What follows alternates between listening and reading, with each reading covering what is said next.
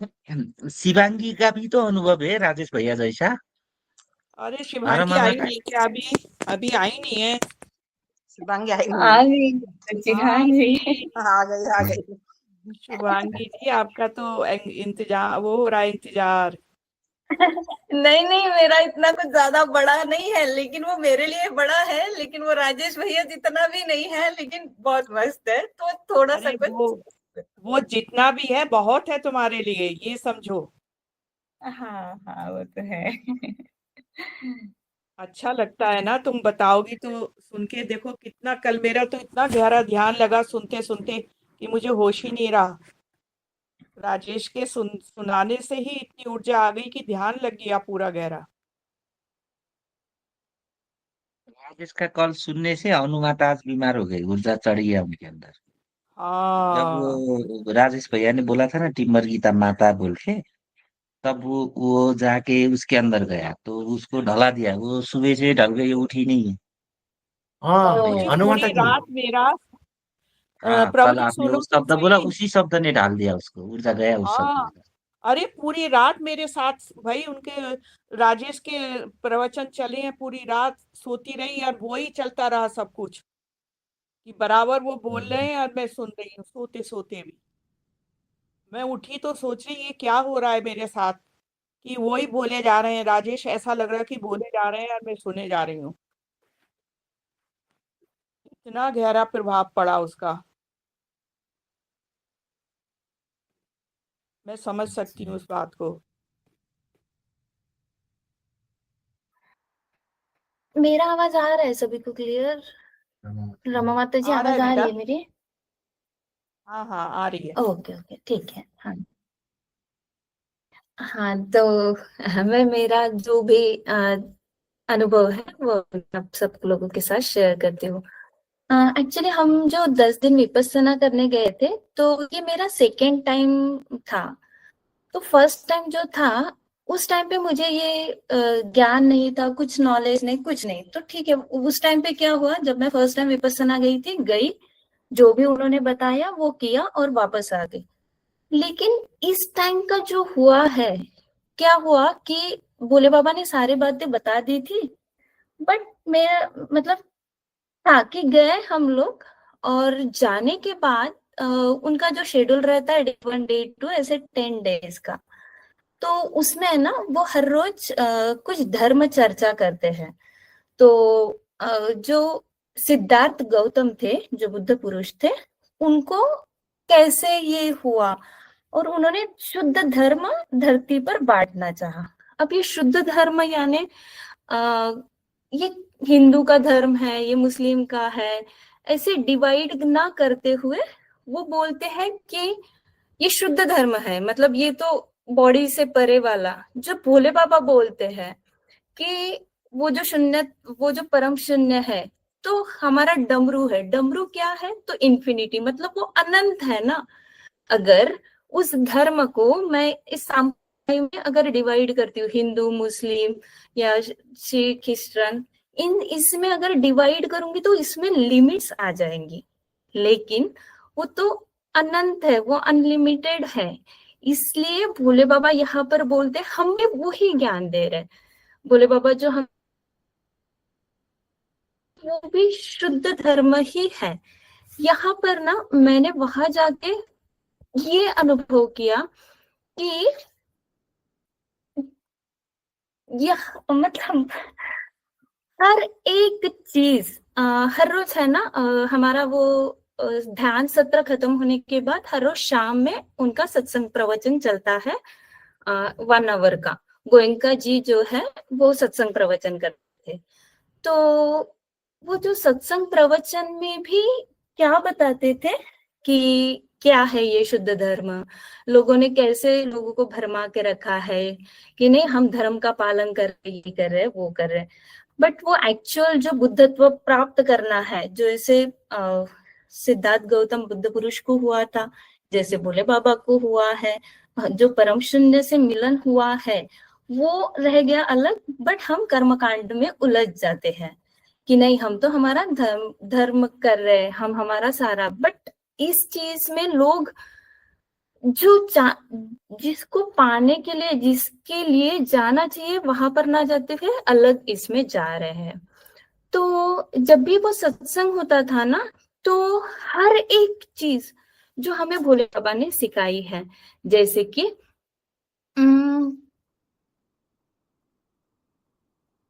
ये वो है ना, साक्षी भाव, दृष्टा भाव बोलो, कि सिर्फ और सिर्फ उसी में रहना है। प्रेजेंट में रहोगे तो तुम्हारे सारे ऑटोमेटिकली तुम थॉटलेस हो जाओगे।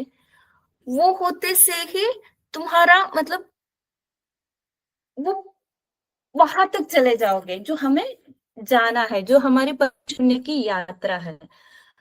तो मैं यहाँ पर ये कहना चाहूंगी, और अभी तक जो परम शून्य तक जाने के लिए रास्ता है, जो मार्ग है, वहां जाने के लिए जो भी स्टेप्स लग रहे हैं, वो सारी बातें हम लोगों ने अभी तक जो भी हमारे यूट्यूब पर चैनल्स पे हमारे जो सारे सत्संग है, अगर किसी को उस आकाश की समझ होगी और कोई इंसान हमारे YouTube चैनल के सारे वीडियोस सुन लेगा, और गोयंका जी ने जो 10 दिन में, विपस्सना के 10 दिन में 1 आवर्स के जो सेशन सत्संग प्रवचन हुए हैं, डे 1 से लेकर डे 10 तक जो सत्संग प्रवचन दिए हैं, अगर कोई वो सुन सके, अगर किसी का वो आकाश खुला है, वहां बैठकर अगर वो समझ सके, तब वो जान पाएंगे कि अरे हाँ, यही तो है। सिर्फ वर्ड देखोगे तो शायद आप उसमें नहीं समझ पाओगे, मतलब वर्ड्स पर नहीं जाना है, बट वो किस कॉन्टेक्स्ट में हम एक्सप्लेन करना चाह रहे हैं। निर्लिप्त अवस्था हो गई, मतलब एक एक चीज, हर एक चीज उन्होंने बता दी है। तो यहाँ पर ऐसे होता था ना कि मैं हमेशा बोलती थी कि नहीं, मुझे तो चाहिए चाहिए चाहिए। तो मैं उसके लिए मतलब ऐसे रोती वगैरह भी थी कि नहीं, मुझे तो परम शून्य चाहिए। तो हमेशा मुझे भोले बाबा बोलते थे कि हाँ, इसके लिए जो भी करना है वो तो मैंने ऑलरेडी आप लोगों को बता दिया है ना, अब आपको सिर्फ उस मार्ग पर चलना है। लेकिन मुझे ऐसे होता था, अरे ठीक है, मार्ग पर अभी आपको पता ही है ना, तो आप हमें बता दो तो हो जाएगा। इसके लिए आपका ही तो दर्शन मांग रहे हैं ना, हम कहाँ कुछ और मांग रहे। तो इतना सा नहीं दे सकते? इतनी सी बात के लिए इतना क्यों तड़पा रहे हो, क्यों इतनी परीक्षा ले रहे हो? मत लो ना बोले बाबा, हम तो बच्चे हैं ना आपके, दे दो ना, सिर्फ एक दर्शन मांग रहे हैं ना आपसे।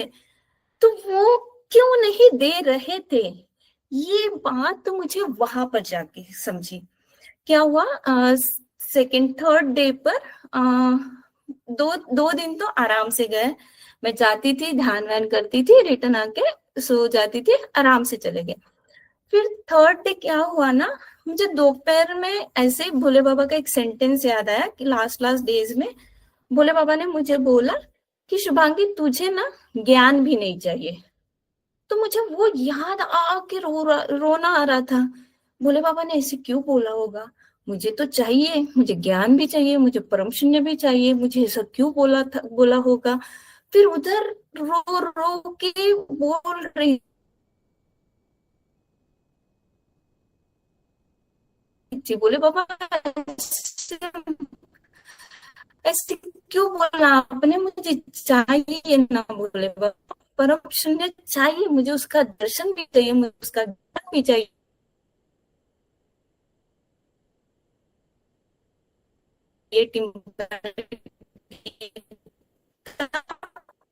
प्लीज दो, मुझे ज्ञान दो, मुझे परम तुम्हारी शून्य आवाज कट रही है। दर्शन दो।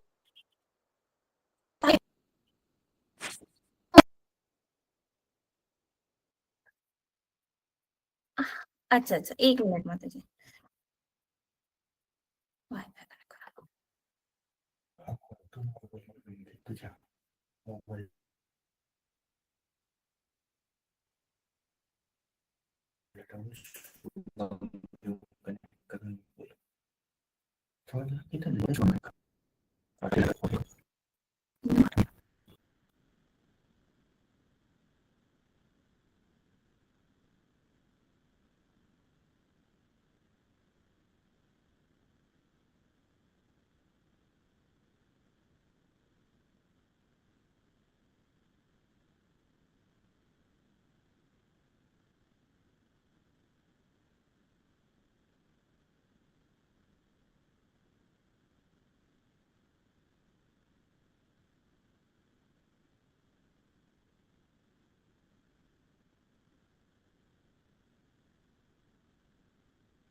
प्रभु जी आवाज नहीं आ रही शुभांगी जी आपकी? हाँ माता जी, 1-2 मिनट दे दीजिएगा। इधर थोड़ा हम बेड, हाँ हाँ, ये भगवान वाली खोली में बैठी तो इधर वाईफाई वाला थोड़ा कोई बात नहीं, नेटवर्क इश्यू हो रहा है। अब कोई बात नहीं, हाँ, बहुत बहुत प्रणाम अभी आ आपको। रही है आवाज माता जी? हाँ, अब आप बहुत प्यारी आवाज आ रही है यार, आप तो बहुत प्यारे हो। ओके, हाँ तो मैं कंटिन्यू करती हूँ। तो क्या हुआ ना, वो जो हमारा 3rd डे था, तो शाम में मैं सत्संग में ध्यान करने के लिए हम लोग गए। तो एकदम डीप ध्यान में जाने के बाद मुझे ऐसे फील हुआ कि ही है, तो फिर क्या है, जब जैसे मैं वो थॉटलेस इसमें जा गई, तो मुझे ये फील हुआ कि अरे अब तो कुछ भी नहीं है। हमारी बॉडी ये एक डेड बॉडी जैसे है कि जिसमें सिर्फ सांस आ रही है और जा रही है, बाकी तो कुछ भी नहीं है। फिर वैसे ही देखते देखते मैं और डीप ध्यान में गई, तो उसके बाद पता चला अरे ये भी नहीं है, सिर्फ जो होनापन बोलते हैं ना भोले बाबा, सिर्फ वो ही रह गया, सब खत्म। तो फिर ये कैसे? हाँ, मुझे आज तक पता था कि हाँ सिर्फ होनापन ही रहेगा, होनापन ही है, लेकिन जब मैंने वो देखा, जब खुद का अनुभव लिया, तो इतना शॉकिंग था। ऐसे कैसे? फिर क्यों किया ऐसे भोले बाबा आपने? टिम्बर कहता ये क्या हो रहा है, क्या है ये? फिर क्यों लोगों को इसमें उलझा के रखा है, क्यों ऐसे माया जाल वाला संसार बना के रखा है? अगर ना कुछ नहीं है तो फिर क्या है ये? मुझे समझ में नहीं आ रहा था, और एकदम से इतना रोना आया, बहुत, मतलब पता ही नहीं, मुझे कुछ भी समझ में नहीं आ रहा था। फिर उसके बाद मतलब खूब रोई, वहां जाके चिल्लाई भी, बोले बाबा क्या है ये? आसमान की तरफ देख कर टिम्बर की तक, क्या है ये? तूने क्या बना के रखा है? कैसा है ये तेरा संसार? ऐसे मतलब समझा ही नहीं। नेक्स्ट 2 दिन तो बस उसे समझने में ही गए मेरे, अरे है क्या ये, क्या हो क्या रहा है? कुछ भी नहीं समझ में आ रहा था, बस रोए जा रही थी, टिम्बर की तरफ भोले बाबा को याद किए जा रही थी बस। फिर मुझे, मतलब ठीक है, मुझे ये तो बताया गया है ना कि हाँ ये कुछ भी नहीं है, फिर भी वो, ये जो भोले बाबा हमेशा बोलते हैं ना हमें कि तुम्हारी बॉडी ही रेडी नहीं है, तो अगर भोले बाबा के लिए मुझे परम शून्य का दर्शन देना एक झोंके का काम है, तो मुझे परम शून्य का दर्शन एक झोंके से अगर वो ऐसे दिला देते हैं, मैं रोती हूँ इसलिए चलो ठीक है इसको दे देते हैं करके, अगर मैं ये छोटा सा इंसिडेंस को झेल नहीं पा रही हूँ, अगर हमारी बॉडी वो रेडी ही नहीं है, तो परम शून्य कैसे झेल पाएगी? वो तो मर जाएगी, मतलब वो तो, ये इसीलिए भोले बाबा बोलते हैं। तो क्या है ना, ये प्रकृति का नियम कि हर चीज का थोड़ा थोड़ा अनुभव देती है, वो हर चीज को हमें धीरे धीरे सिखाती है, दिखाती है। ध्यान में जैसे जैसे हम गहरे उतरते हैं, उन बातों को हम समझते हैं, उस तरीके से हमारी पूरी बॉडी को वो प्रिपेयर करेगी, और जब हमारी पूरी बॉडी रेडी होगी, मशीन तैयार होगी, तब जाके वो हमें एक्चुअल परम शून्य का दर्शन देगी। तो मतलब ऐसा मैंने वो जाना, और उसके बाद हमेशा ऐसे ये हो रहा था कि जब भी ध्यान करने बैठूं तो वो थॉट्स थॉट्स थॉट्स। तो मैं जब भी हमारा ब्रेक होता था, मैं उधर आसमान में देख कर, टिम्बर गीता ऐसे मत करना, मैं 10 डेज इधर, पता नहीं है ऐसे 10 डेज मुझे फिर बाद में इतना सुहाना अवसर मिल पाएगा कि नहीं, मैं यहाँ पर ध्यान करने आई हूँ, प्लीज मेरा बहुत अच्छे से ध्यान लगा, मत भेज मुझे ये थॉट्स, ऐसे बोल बोल के प्रार्थना करती थी उसे, बट फिर भी वही बहुत सारे थॉट, और जबकि पता है ये फालतू के हैं, इनका तो कुछ काम काम भी नहीं है, फिर भी वो थॉट्स थॉट्स थॉट्स चलते रहते थे। और हमेशा एक्चुअली भोले बाबा बोलते थे कि जब अगर तुम्हें समय मिल रहा है ना, अगर प्रकृति तुम्हें उस तरीके की सिचुएशन बना के दे रहा है, तो उस चीज का, उस समय का आपको सही से यूटिलाइज करना है। अगर तुमने सही से यूटिलाइज नहीं किया तो उसका परिणाम मतलब झेलना पड़ता है।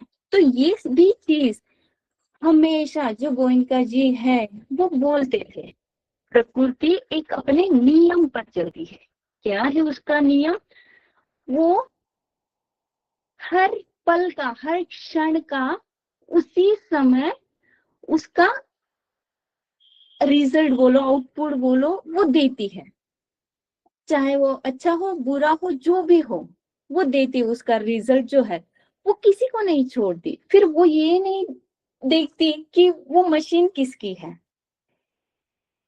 क्योंकि हमने ना ये बहुत अच्छे से, बहुत करीब से देखा है। जब हम भोले बाबा के पास उधर थे तो उस टाइम पे हम लोग बहुत सारी गलतियां करते थे। तो भोले बाबा हमें ये बताते थे कि देखो तुम लोग यहाँ पर ज्ञान लेने आए हो ना, ज्ञान लो। मतलब अगर तुम ये नहीं करोगे, अगर तुम इस समय का अगर सही से यूटिलाइज नहीं करोगे ना, ये बहुत झेलाएगी, बहुत झेलाती है। तो ये है ना, हमने बहुत करीब से इस बात को देखा है। हाँ, प्रकृति ये भी भगवान को भी झेलाती है। मतलब भोले बाबा को भी हमने झेलते हुए देखा है। क्यों? तो हम वो ज्ञान नहीं ले पा रहे थे, हम वो चीजें, वो जो हमें बताना चाह रहे थे, हम वो कैप्चर नहीं कर पा रहे थे, और वो समझ नहीं आ रही थी हमें। उसके कारण किस तरीके से क्या हो रहा था। तो प्रकृति जो है ना, वो अपने नियम के हिसाब से ही चलती है, और हर एक क्षण उसने जो दिया है, तो उस समय का अगर तुम सही से नहीं करोगे उपयोग, तो उसका हर एक पल का तुम्हें अच्छा होगा तो अच्छा, बुरा होगा तो बुरा, जो रहेगा वो तुम्हें देगी ही देगी। तो मैंने ऐसे ही वो प्रकृति से, टिम्बर गीता से, भोले बाबा से प्रार्थना करती रही कि नहीं, मुझे इस समय का, जब मैं नेपाल में थी उस समय तो यूटिलाइज नहीं किया। उस समय वो चिल्ला चिल्ला के बता रहे थे, अरे अच्छे से समझो, पकड़ो बात को, समझ क्यों नहीं रहे हो। उस समय समझने नहीं दिया। अब वो तो टाइम चला गया, उस टाइम पे शुभांगी तूने ज्ञान नहीं लिया, बहुत टाइम पास किया, पूरा बेहोशी में टाइम गवाया है। बट इस बार तो मत कर, एटलीस्ट अभी तो ज्ञान पा ले, अभी टाइम मिला है तो ध्यान कर ले। तो वही उससे प्रार्थना करते करते फिर एक दिन मैं ऐसे ही ध्यान में बैठी। तो ध्यान जब कर रही थी तो ऐसे ध्यान में वो प्रकृति प्रकृति प्रकृति ही चल रहा था। तो प्रकृति में ऐसे ही पूरा वो नेचर आ रहा था आगे। तो नेचर में जब मैं गई एकदम डीप डीप में, तो देखा कि अरे हाँ, ये नदी बह रही है। तो नदी जब बह रही है, वो निकल रही है पहाड़ों से, और उसको पता है उसका लक्ष्य क्या है, उसे जाके समुद्र से मिलना है। और उसको जाते समय एकदम से ऐसे स्मूथली जाके बह के समुद्र से तो नहीं मिल पा रही है, उसमें चट्टाने आ रही, तूफाने आ रही है। बट फिर भी क्या वो रुक रही है? नहीं, फिर भी सब कुछ सहते हुए, तूफान, चट्टाने, सब को पार करते हुए वो अपना अंतिम लक्ष्य, समुद्र से मिलने वाला न छोड़ते हुए उसमें बहती जा रही है, बहती जा रही है। तो हाँ शुभांगी, तुझे यही तो करना है। तुझे तेरा जो लक्ष्य है परम शून्य को पाने का, उसे तुझे पाने के लिए इस नदी की तरह बहना पड़ेगा। अब जब तू नदी की तरह बहेगी, जब तू वो तप करेगी, मतलब जब तू ध्यान साधना करेगी, तभी तो जाके तुझे वो मिलेगा। अब क्या नदी बहते हुए इतना स्मूथली जाके सीधा सीधा जाके समुद्र से मिल पा रही है? नहीं, कठिनाइयां भी आ रही है। तो शुभांगी जब ध्यान करने बैठेगी तू, तो तुझे भी कठिनाइयां आएगी ना। जैसे मतलब ये बॉडी पे पेन, ये वो, या फिर वो थॉट्स आना, ये होना वो होना। तो हाँ, तो क्या हमें अगर ध्यान करने में दिक्कत आ रही है, तो हमें तो डर नहीं लगता है, हमारी शायद डर वाली ग्रंथि नहीं है। लेकिन कुछ लोगों का ऐसे होता है कि डर वाला आता है, नहीं हम ध्यान, उन लोगों को नहीं, कोई प्रॉपर गाइडेंस नहीं रहता है, वो ध्यान करने जाते हैं, डर लगता है। तो फिर वहीं पर वो लोग अपनी साधना छोड़कर कि नहीं, अरे ये ऐसा किया तो ऐसा होता है, तो वो वही रुक जाते हैं। तो ऐसे जाते समय कितनी भी कठिनाइयां आए, हाँ नहीं समझ में आ रहा है भोले बाबा, नहीं पता चल रहा है, लेकिन इससे क्या मैंने रुकना चाहिए उस परम शून्य के रास्ते पे जाने के लिए?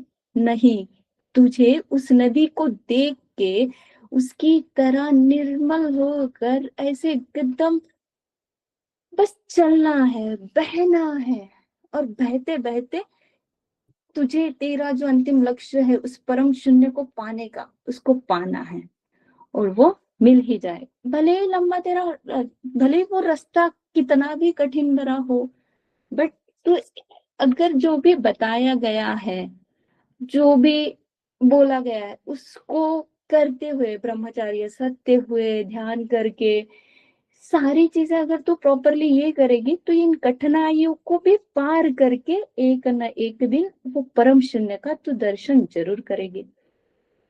फिर वो आकाश की तरफ, फिर वो जो हमारे सूर्य नारायण भगवान है, फिर वो दिख गए, तो हाँ ये तो प्रकाश है, वो खुद वो भी तो भगवान है ना, सूर्य नारायण भगवान कहते हैं, हम उन्हें सुबह सुबह जाके जल भी चढ़ाते, फिर भी तो वो तप रहे हैं। हाँ, अगर वो खुद भगवान होकर वो तप रहे हैं, तो मैं तो एक इंसान हूं ना, तो मुझे भी उनसे कुछ तो सीख लेकर मुझे भी तपना पड़ेगा। जब तक मैं नहीं तपूंगी, इस मशीन से नहीं तप करूंगी, नहीं बैठकर ध्यान करूंगी, तो कैसे कैसे ये प्रकृति, कैसे ही नेचर मुझे परम शून्य का दर्शन देगा? नहीं देगा। तो मुझे तपना पड़ेगा। मैं जब तप के निर्मल हो जाऊंगी, जब मैं वो शुद्ध हो जाऊंगी, तब जाके मुझे वो मेरा जो लक्ष्य है परम शून्य का दर्शन, वो मिलेगा। फिर देखती हूँ तो हाँ, वहां पर पेड़ पौधे हैं, मंद मंद हवाएं चल रही है, वहां पे पंछी भी उड़ रहे हैं, और वो हवा क्या कर रही है ना, कि सबको ऑक्सीजन दे रही है। तो हाँ ठीक है, वो बट वहां पर वो है ना, कहीं पर भी मन बुद्धि यूज नहीं कर रही है कि नहीं ये पंछी है तो इसको थोड़ा सा कम ऑक्सीजन दो, और ये मनुष्य प्राणी है तो शिवांगी को कुछ ज्यादा ऑक्सीजन दो। ऐसा तो वो कुछ नहीं कर रही है। अरे हाँ, ये तो सही है। तो फिर जब भोले बाबा कुछ बात हमें बता रहे, कुछ ज्ञान हमें दे रहे, तो फिर मैं क्यों वहां पर अपनी मन बुद्धि यूज कर रही हूँ? नहीं करना चाहिए ना। वो जैसे मंद मंद हवा बह रही है, सबको एक समान देखकर समता भाव से, वो अगर सबको सही तरीके से वो ऑक्सीजन दे रही है बिना कुछ मन बुद्धि यूज किए, तो फिर तू क्यों अपनी मन बुद्धि लगाती है? या तू उतनी उतनी बड़ी है कि तुझे उस वो भोले बाबा से ज्यादा समझ है? फिर क्यों अपनी मन बुद्धि लगाती है? कोई जरूरत नहीं है तुझे मन बुद्धि लगाने की। जो भोले बाबा कह रहे वो सुन, उनके रास्ते पे चल, तो तुझे परम शून्य का दर्शन मिल जाएगा। फिर उसके बाद देखती हूँ कि ये पृथ्वी है, तो ये पृथ्वी तो बस चलते जा रही है, बस कंटिन्यूअसली घूमते जा रही है, चलते जा रही है। तो वो मुझे क्या सिखा रही है कि हाँ, भोले बाबा ने जो भी हमें बताया है, क्या बताया? चार ही तो चीज बताई है, ध्यान, योगासन, और सात्विक खाना, और उसके बाद ध्यान, योगा और निद्रा, सोना। तो ये चार चीजें हमें सही से करना है। और एक पांचवी चीज जो सत्संग, जो हमारा टिम्बर गीता का सत्संग होता है, वो कभी भी मिस नहीं करना है, ये भी बात उन्होंने बताई है। तो ये तो अब जब अगर भोले बाबा बोल रहे कि ये पांच चीजें तुम्हें करनी है, ध्यान करना है, योगा करना है, तुम्हें सही से खाना खाना है, पूरी नींद लेनी है, और टिम्बर गीता का जो हमारा शाम का सत्संग होता है, चाहे तुम कहीं पे रहो, कुछ भी करो, तुमको ये सत्संग मिस नहीं करना है। तो यहाँ पे फिर से, अरे क्या होगा योगा करके, जाने दो ना, मुझे नहीं करना, ऐसा वैसा वो आलस्य वाला नहीं आना चाहिए ना शिवांगी तुझे, क्यों आलस्य आ रहा है? फिर ध्यान का भी ऐसे ही होता था मेरा कि जाने देना, आज नहीं करते कल करेंगे।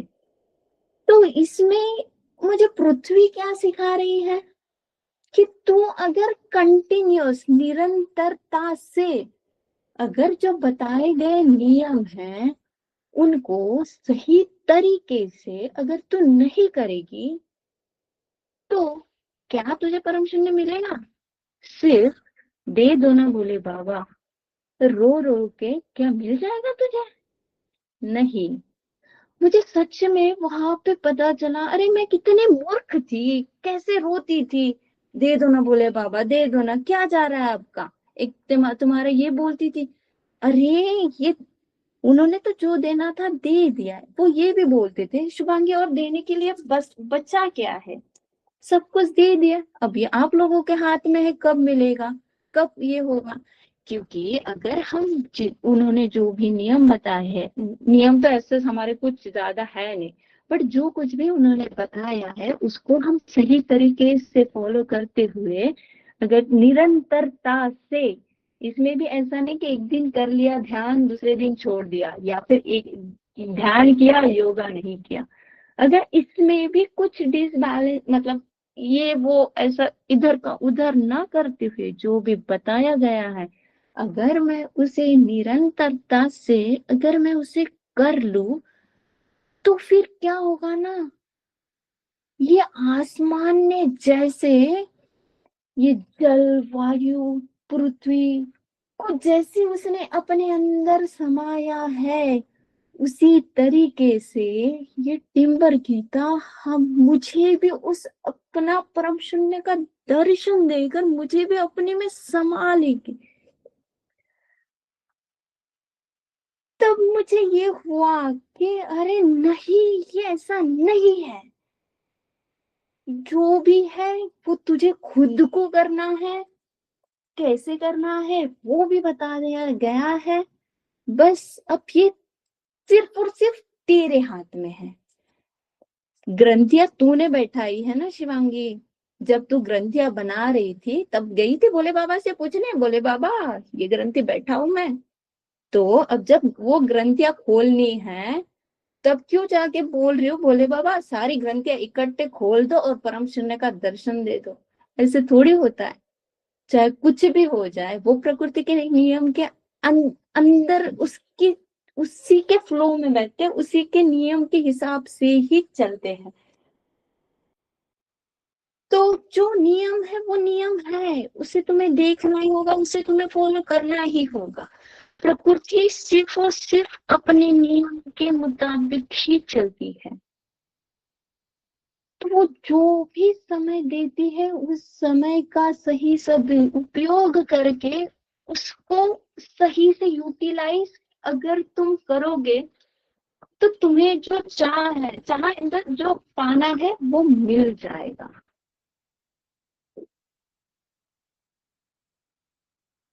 ये चीज ना ऐसे नहीं है कि मिलने बताने पे हो जाएगी या फिर मांगने से मिल जाएगी। हाँ, कृपा तो चाहिए। अगर भोले बाबा का हाथ मेरे सिर पर नहीं होगा, टिम्बर गीता का हाथ मेरे साथ नहीं होगा, उनका सपोर्ट नहीं होगा तो मैं वहां तक नहीं पहुंच पाऊंगी। लेकिन जो करना है दर्शन, इसी मशीन को दर्शन करना है ना, तो इसी मशीन को उसके लायक भी बनना पड़ेगा। जब तक वो मशीन उसके लायक नहीं बनेगी तब तक कैसे मिलेगा दर्शन उस मशीन को? नहीं ना। तो इसके लिए मुझे तपना पड़ेगा, उसके लिए मुझे प्रिपेयर मतलब तब जाके मुझे वो परम शून्य मिलेगा।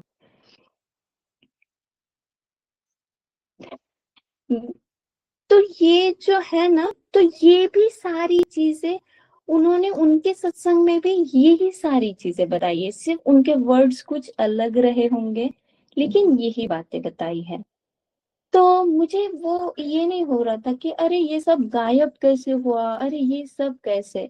तो एक दिन मैं ऐसे ही सोई थी, तो सोते हुए मतलब सारा हमारे घर पर कुछ फंक्शन चल रहा है, ये हो रहा है ऐसे, लेकिन इमीडिएटली क्या होता है, बाढ़ आती है और पूरा सब बह के खत्म। उसी क्षण खत्म। तो भोले बाबा बोलते थे कि एक हवा का झोंका है, कुछ भी हो सकता है, कुछ भी हो सकता है। जहाँ पे कुछ नहीं बचेगा, सिर्फ तुम्हारी ये पार्किंग बचेगी। ना मोबाइल, ना लैपटॉप, ना तुम्हारा घर, न गाड़ी, ना बंगला, कुछ नहीं। तुम उस चीज का उधर मतलब वो सपने में आके उसका भी उसने अलग से एक अनुभव दिया कि हाँ यार, अरे खत्म, सब खत्म, फिर क्या, कुछ भी नहीं, खत्म है। और फिर उसके बाद भी उन्होंने ये भी मतलब वो सपने में मैंने और ये भी चीज देखी कि हाँ ठीक है, बाकी सब तो बह गया, सिर्फ ये पार्किंग बची है। मतलब सिर्फ हम फैमिली मेंबर 6 लोग बचे हैं। और उसके बाद ठीक है, थोड़ा संभल जाते हैं। और हमें जो सिखाया गया है, हो गया, सब शून्य हो गया। अब शून्य से फिर से नया स्टार्ट, फिर से जीरो से लेके अपना साम्राज्य खड़ा करना है। तो ऐसे ही हम 5-6 लोग बच गए फैमिली मेंबर्स, और कुछ लोग और भी है इंडिया के। तो हम भाई सबको लेके चलता है और फिर अपना एक नया साम्राज्य खड़ा करता है, और फिर वो अब होता है। बट इसमें भी मतलब ऐसा नहीं है कि निर्लिप्त अवस्था नहीं है। मुझे तो पता है ना, हाँ ये सब कुछ मेरा नहीं है, निर्लिप्त ही हूँ, ऐसा ही तो लगता है ना। अब ठीक है, हाँ, बट नहीं हो रहा था। जब मैंने वो देखा कि ये बॉडी भी मेरी नहीं है, ये शरीर भी मेरा नहीं है, सिर्फ वो होनापन ही है। बट ये इतनी छोटी सी बात में वो सहन ही नहीं कर पा रही थी, मुझसे वो हजम ही नहीं हो पा रही थी। इसलिए उसने क्या किया ना, 2 दिन रोई, फिर नेक्स्ट टाइम मेरे ड्रीम में आके सब खत्म करके दिखाया कि हाँ अरे ये तो खत्म होने वाला है, ये कुछ भी नहीं है। और उस समय एक ये भी थॉट आया कि अरे हमारी टिम्बर गीता की बुक्स प्रिंट करनी है, ये करना है, वो करना है, वो डेटा भी चला गया, ये हुआ वो हुआ। बट उस समय नेक्स्ट ये भी हुआ कि हाँ अरे तेरा ये जो मन बुद्धि वाला ज्ञान है ना, वो लैपटॉप में, मोबाइल में कहीं सेव करके तू रख सकती है। बट अगर ऐसे कुछ हो जाता है तो वो डिस्ट्रॉय हो जाएगा। लेकिन मेरा जो अनुभव वाला ज्ञान है, मेरा जो अनुभव वाला ज्ञान है, वो कौन लेके जा पाएगा? कोई नहीं। और अगर कोई मुझे वो वाला इंसिडेंट पूछे तो मेरे खुद का अनुभव रहेगा ना। तो उस क्षण हमेशा भोले बाबा बोलते हैं कि जब भी मुझे वो, हाँ ये मेरा ना वो वाला अनुभव है, तो वो मैं वहां जाके कनेक्ट कर पाता हूँ, वो मुझे याद आता है और वो मैं एक्सप्लेन करता हूँ। तो मुझे वो बात वहां पर ध्यान में आई। अरे हाँ, अगर कोई मुझे वो पूछे कि हाँ अगर थॉटलेस होते तो क्या होता है, हाँ कुछ नहीं रहता है, अरे पूरी बॉडी खाली हो जाती है, अरे ये डेड बॉडी की तरह होती, और फिर उसके बाद कुछ नहीं है, सिर्फ होनापन है। बट ये जो अगर मैंने कहीं पे लिख के रखा होता, अगर ये मेरा सिर्फ शब्द ज्ञान रहता या मन बुद्धि वाला रहता, तो मैं वो इरेज हो जाता, भूल जाते थे। लेकिन ये अनुभव वाला ज्ञान कोई नहीं छीन पाएगा हमसे। और ये अनुभव वाला, हमारी दुनिया ही अनुभव वाली है, तो उसका क्या ही कहना। उस टाइम पे तो मैं रोती थी कि अरे दे दो मुझे परम शून्य। बट अभी मैं उसी बात के लिए थैंक यू बोलूंगी भोले बाबा को, थैंक यू उस टाइम पे नहीं दिया मुझको परम शून्य।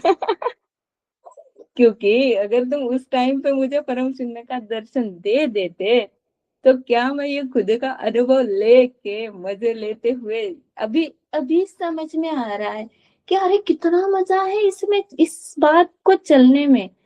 कभी रो रहे, कभी हंस रहे, कभी भोले बाबा की गाली खा रहे, क्या कर रही है तू, समझ में नहीं आता, क्या करने आई है तू यहाँ पे, टाइम पास करने आई है, ज्ञान लेने आई है।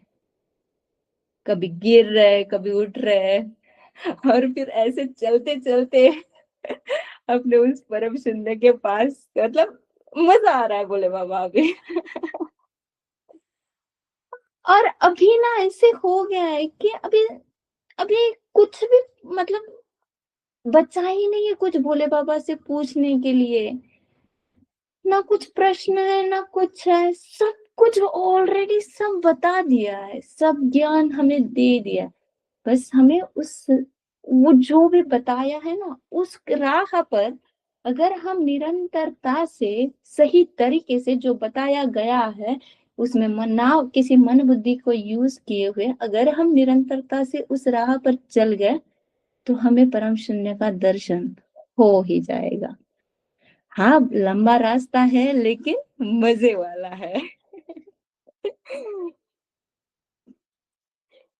क्या मांगू मैं भोले तुमसे, कैसे तेरा ध्यान धरूं, तुम्हारी महिमा गाई न जाए, कैसे मैं गुणगान करूं।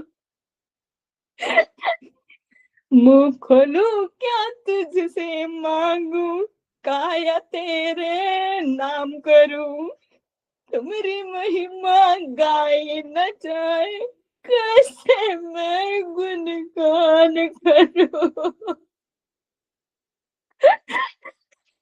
क्या थी बोले बाबा, क्या बना दिया आपने मुझे, कुछ पता नहीं, कुछ नहीं, ना अध्यात्म जाने का रास्ता, ना कुछ साधना, कुछ भी नहीं।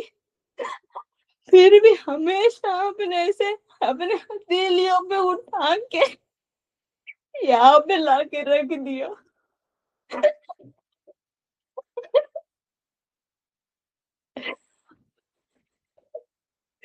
उसके लिए सिर्फ और सिर्फ माय हार्ट थैंक यू बोले बाबा, थैंक यू टिम्बर Geeta.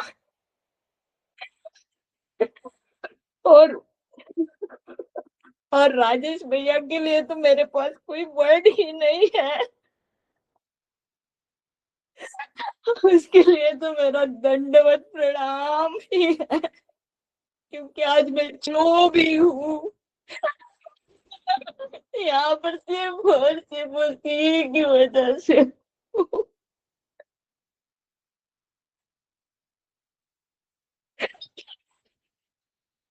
Thank you so much सब, बाय हार्ट थैंक यू बोले बाबा, थैंक यू टिम्बर गीता, थैंक यू राजेश भैया, थैंक यू सो मच। बस इतना ही बोल सकती हूँ और कुछ भी नहीं, और ना कुछ बचा है ना कुछ ये है, बस चलना है, बस चलना है उसके रास्ते पे। Thank you.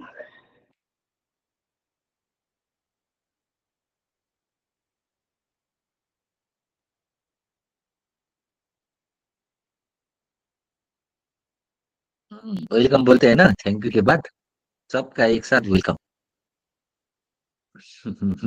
भर भर के thank you. Oh my God. Right, अब आगे बढ़ेंगे।